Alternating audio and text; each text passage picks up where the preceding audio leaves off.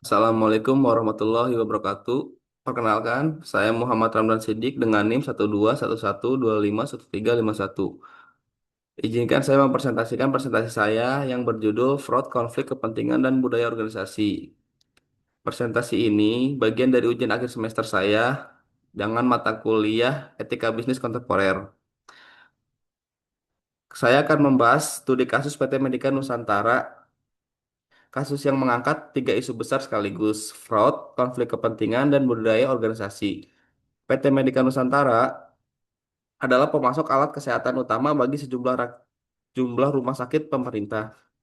Namun audit internal menemukan rangkaian penyimpangan serius yang justru dinormalisasikan oleh pimpinan puncaknya sendiri.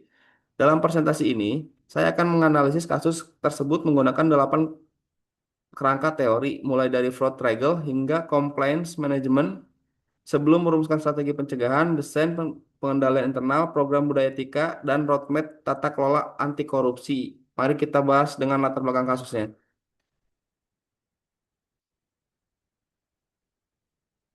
Latar belakang kasusnya, PT Medika Nusantara telah bertahun-tahun menjadi pemasok utama alat kesehatan bagi rumah sakit pemerintah. Namun audit internal menemukan 5 penyimpangan yang serius. Pertama, pemberian komisi kepada pejabat rumah sakit. Kedua, proses tender yang telah diatur sejak awal. Ketiga, harga alat kesehatan yang dinaikkan hingga 40%. Keempat, markup biaya pelatihan. Dan kelima atau yang terakhir, yang paling mencerminkan kegagalan tata kelola laporan audit internal sengaja tidak dipublikasikan agar tidak merusak citra perusahaan. Kelima temuan ini bukan insiden yang berdiri sendiri, mereka saling mengunci dan membentuk satu ekosistem penyimpangan yang bertahun-tahun tanpa terdeteksi oleh sistem resmi perusahaan. Yang membuat kasus ini istimewa bukan hanya skemanya, tetapi respon direktur utamanya yang menyebut seluruh praktek ini sebagai kutip tanda kutip kebiasaan bisnis yang sudah berlangsung lama.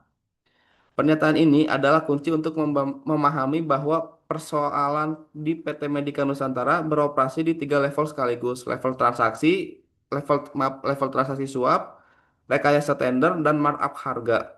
Level struktur audit internal yang dibungkam dan tidak adanya saluran pelaporan serta level budaya normalisasi penyimpangan oleh pimpinan puncaknya sendiri.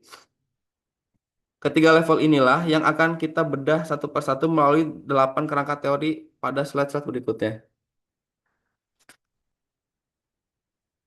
Protregel,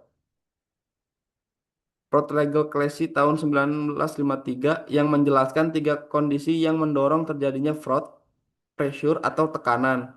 Muncul dari kebutuhan mempertahankan status sebagai pemasok utama di pasar yang kompetitif. Opportunity atau peluang tercipta dari lemahnya pengawasan tender dan tidak adanya segregation of duties dan rasionalisasi terlihat jelas dari pernyataan direktur utama yang membenarkan praktek ini sebagai kebiasaan bisnis wajar. Ketiadaan satu elemen saja biasanya cukup untuk mencegah fraud terjadi.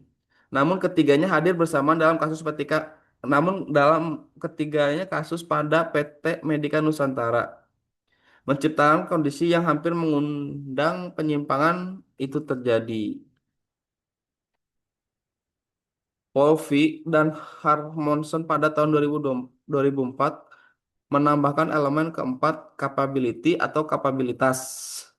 Elemen ini menjelaskan mengapa sebagian orang yang menghadap tekanan dan peluang tetap tidak melakukan fraud, sementara yang lain melakukannya. Dalam kasus ini, capability terlihat jelas merancang skema yang melibatkan pengajuan keuangan dan pelatihan sekaligus serta mampu mengendalikan bagaimana hasil audit internal yang diperlukan.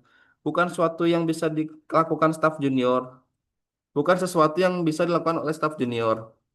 Ini mengen- mengident- ini mengident- ini mengindikasikan pelaku utama berada di level manajemen atas atau senior.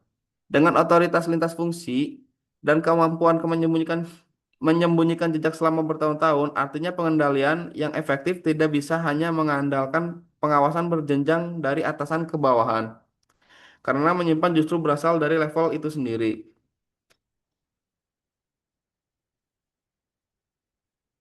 Dari sisi corporate governance, saya menggunakan 5 prinsip GCG dan KNKG yang disingkat tarif. Dan yang mengejutkan, kelima prinsip ini dilanggar secara bersamaan. Transparansi dilanggar karena laporan audit disembunyikan. Akuntabilitas dilanggar karena tidak ada pertanggungjawaban yang jelas kepada Dewan Pengawas. Responsibilitas dilanggar karena mengabaikan kepatuhan hukum dan tanggung jawab sosial. Independensi dilanggar karena fungsi audit internal bisa diintervensi manajemen. Ini kegagalan paling fatal.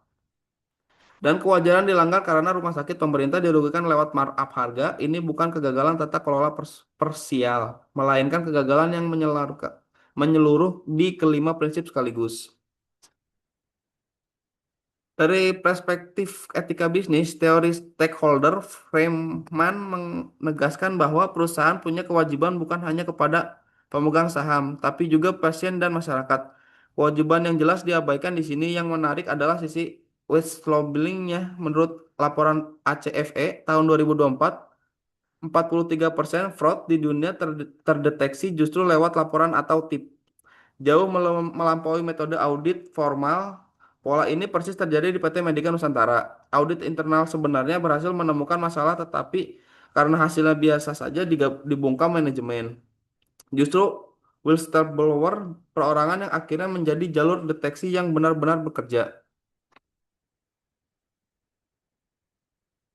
Tiga rangkai, tiga kerangka berikut saling terkait. ISO 3701.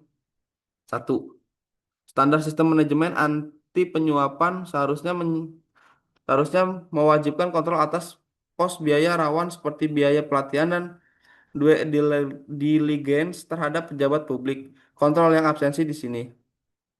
Dari sisi ESG, kegagalan governance ini langsung berimplikasi pada pilar sosial karena margin komisi bersikap ditutup dan mengompromikan mutu alat kesehatan. Dan dari kerangka three lens model, ketiga ini pertahanan gagal dengan cara berada di lini pertama menjalankan skema, lini kedua tidak tampak berfungsi, dan lini ketiga audit internal. Sebenarnya berhasil menemukan masalah tetapi independensinya dikonfirmasikan saat pelaporan. Dampak stakeholder dan risiko bisnis. Dampak kasus ini menyebar luas ke berbagai pemangku kepentingan dan pemegang saham dan direksi yang menghadapi risiko hukum. Hingga pasien yang ber, hingga pasien yang meng- mm, berpotensi menunggu risiko keselamatan akibat kompromi mutu alat. Pasien justru menjadi kelompok paling rentan karena secara formal memiliki pengaruh paling kecil terhadap keputusan perusahaan. Meski menanggung dampak paling langsung, tidak dipetakan ke dalam matriks resiko bisnis. Resiko hukum dan pidana korupsi berada di kuadran tertinggi karena bukti sudah terdokumentasi dalam alat audit internal perusahaan sendiri. Strategi pencegahan dan pengendalian internal. Untuk pencegahan saya merekomendasikan kombinasi kontrol preventif dan detektif. Preventif mencakup prinsip FOUR, AES pada keputusan harga, rotasi personel yang berinteraksi dengan klien, dan larangan tegas gratifikasi. Detektif mencakup audit forensik berkaitan dengan antik data atas pola harga. Seluruh kontrol ini saya susun mengikuti 5 komponen kerangka COSO agar rekomendasinya sistematis dan saling terkait, bukan sekedar daftar saran yang terpisah-pisah. Elemen paling kritis adalah memisahkan jalur pelaporan audit internal dan manajemen operasional agar hasil temuan tidak lagi bisa dibungkam sebagaimana terjadi pada kasus ini. Budaya, etika, dan roadmap implementasi. Kontrol struktural saja tidak cukup selama rasionalisasi kebiasaan bisnis lama masih hidup sebagai keyakinan bersama. Karena itu, program budaya etika mulai dari reformasi tone at to the tone at the top hingga membangun budaya speak up perlu berjalan beriringan dengan roadmap implementasi tata kelola anti korupsi bertahap. 6 bulan pertama fokus pada tindakan tegas dan whistleblowing system. Bulan ke-6 hingga ke-18 untuk membangun sistem, termasuk sertifikat ISO 37001. dan 18 bulan berikutnya untuk menjaga keberlanjutan lewat pemantauan berkelanjutan dan integritas laporan ESG.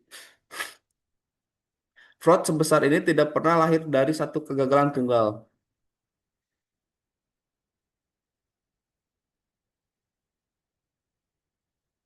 Sebagai penutup, kasus PT Medika Nusantara menunjukkan bahwa fraud sebesar ini tidak pernah lahir dari satu kegagalan tunggal. Ia adalah hasil dari tekanan, peluang, kapabilitas, rasionalisasi budaya, dan runtuhnya independensi pengawas yang saling mengunci selama bertahun-tahun. Karena itu, perbaikan yang efektif harus bekerja pada tiga level sekaligus, individual, struktural, dan kultural. Di sektor yang menyentuh keselamatan publik seperti kesehatan, integritas, tata kelola bukan sekedar kepatuhan administratif, melainkan persyaratan etis agar anggaran negara benar-benar sampai sebagai layan kesehatan yang bermutu. Sekian dari presentasi kami. Sekian dari presentasi saya. Terima kasih. Assalamualaikum warahmatullahi wabarakatuh.